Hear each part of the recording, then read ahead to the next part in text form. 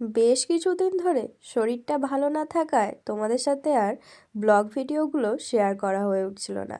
তাই আজকে ভাবলাম ভিডিওগুলো তোমাদের সাথে শেয়ার করি। বৃহস্পতিবার যেহেতু বাড়িতে লক্ষ্মী পুজোর ব্যাপার থাকে, সেই কারণে যত তাড়াতাড়ি কাজ করি না, ঠিক বাউন দাদু তাড়াতাড়ি চলে আসে। তো সেদিনকেও তাড়াতাড়ি ঠাকুর ঘরে ঢুকেছিলাম, পুজোর জোগাড়টা করার আগেই দেখি বাউন দাদু এসে হাজির। তাই কোনো রকমে পুজোর জোগাড়টা তাড়াতাড়ি করে দিয়ে তারপরে সেবাটা দিয়ে দিলাম। আর সেদিনকে মনটা বাবা ভোলানাথের কাছে যাওয়ার জন্য খুবই টান ছিল। মাকে বলছিলাম যে গাছে এত ফুল হয়েছে, একদিন বাবার চরণে দিয়ে আসবো। তো মা বলল যেদিন ইচ্ছা হয় যা। তো সেদিন যেহেতু বৃহস্পতিবার ছিল, সেরকম কোনো কাজও ছিল না, আর বাড়িতে পুজোর জোগাড় সব রকম ছিল, তাই ভাবলাম পুজোটা দিয়ে চলেই আসি।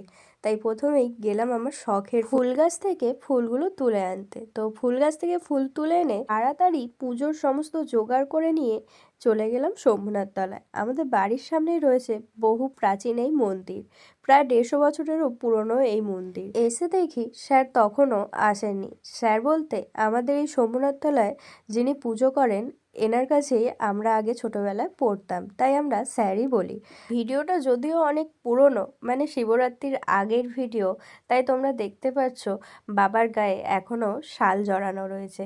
শিবরাত্রি হয়ে যাওয়ার পর কিন্তু এই শাল আর বাবার গায়ে দেওয়া হবে না, কারণ শিবরাত্রির পর থেকে মানা হয় যে ভগবানের গায়ে বা ঠান্ডা যেহেতু কমে যায়, সেই কারণে কোনো রকম ঠান্ডার জন্য গায়ে দেওয়ার কোনো জিনিস দেওয়া হয় না মন্দিরে। তো তারপর এখানে পুজো হচ্ছে। আর এই মন্দির সম্পর্কে যদি তোমরা আরও কিছু ডিটেলসে জানতে চাও, অবশ্যই কিন্তু কমেন্ট করে জানিও। আর এই ভিডিও নিশ্চয়ই আগে তোমরা দেখেছো আমার চ্যানেলে এবং আমার ফেসবুক পেজেও। তো এই ছিল আজকের ভিডিও, কেমন লাগলো অবশ্যই কমেন্ট করে জানিও। চলো লাস্টে নন্দী মহারাজের একটা ভিডিও তোমাদের সাথে শেয়ার করি। হর হর মহাদেব বলতে কমেন্টে কিন্তু তোমরা ভুলো না। চলো আজকের মতো টাটা।